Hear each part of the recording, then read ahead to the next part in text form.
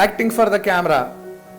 చాలామంది ఏంటంటే బయట చాలా బాగా పర్ఫామ్ చేసేవాళ్ళు ఉంటారు, థియేటర్లో చాలా బాగా పర్ఫామ్ చేసేవాళ్ళు ఉంటారు, అండ్ రియల్ లైఫ్లో కూడా కాలేజీలో కానీ మనం బయట చూస్తున్నప్పుడు చాలా బాగా పర్ఫామ్ చేసి నవ్విస్తుంటూ ఉంటారు.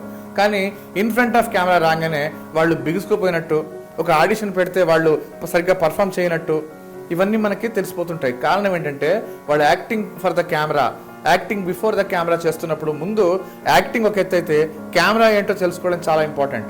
చాలా మంది కెమెరా గురించి తెలుసుకోకుండా కెమెరా ముందు యాక్టింగ్ వస్తే చాలా ఇబ్బందులు ఫేస్ చేయాల్సి వస్తుంది. కాబట్టి ఏం లేదు, చిన్న కామన్ సెన్స్, కెమెరా అంటే ఏంటి, కెమెరాతో షార్ట్స్ ఎలా తీస్తారు, వాటికి యాంగిల్స్ ఏంటి, మూమెంట్స్ ఏంటి అనే ప్రక్రియను ఒక్కసారి నేర్చుకుంటే, ఒక్కసారి తెలుసుకుంటే, ఒక్కసారి అబ్జర్వ్ చేయగలిగితే వాళ్ళు acting for the camera, acting in front of the camera వాళ్ళకి చాలా ఈజీగా ఉంటుంది. లేకపోతే వాళ్ళు కెమెరా దగ్గర వచ్చి ఎగ్జాగరేషన్ ఆఫ్ యాక్టింగ్ చాలా ఇబ్బందులు ఫేస్ చేస్తూ, అటు చూడమంటే ఇటు చూస్తూ, లేదా హావభావ ప్రకటనలో ఎక్కువ తక్కువ చేస్తూ ఇబ్బందులు పడే అవకాశం ఉంటుంది. కాబట్టి స్టూడెంట్స్, ఒక్కసారి మీరు కెమెరా ముందు పర్ఫామ్ చేయాలంటే సింపుల్గా కెమెరా విషయాలు తెలుసుకోండి, షార్ట్స్ ఏంటో, యాంగిల్స్ ఏంటో, ఈ మూమెంట్స్ ఏంటో తెలుసుకోండి.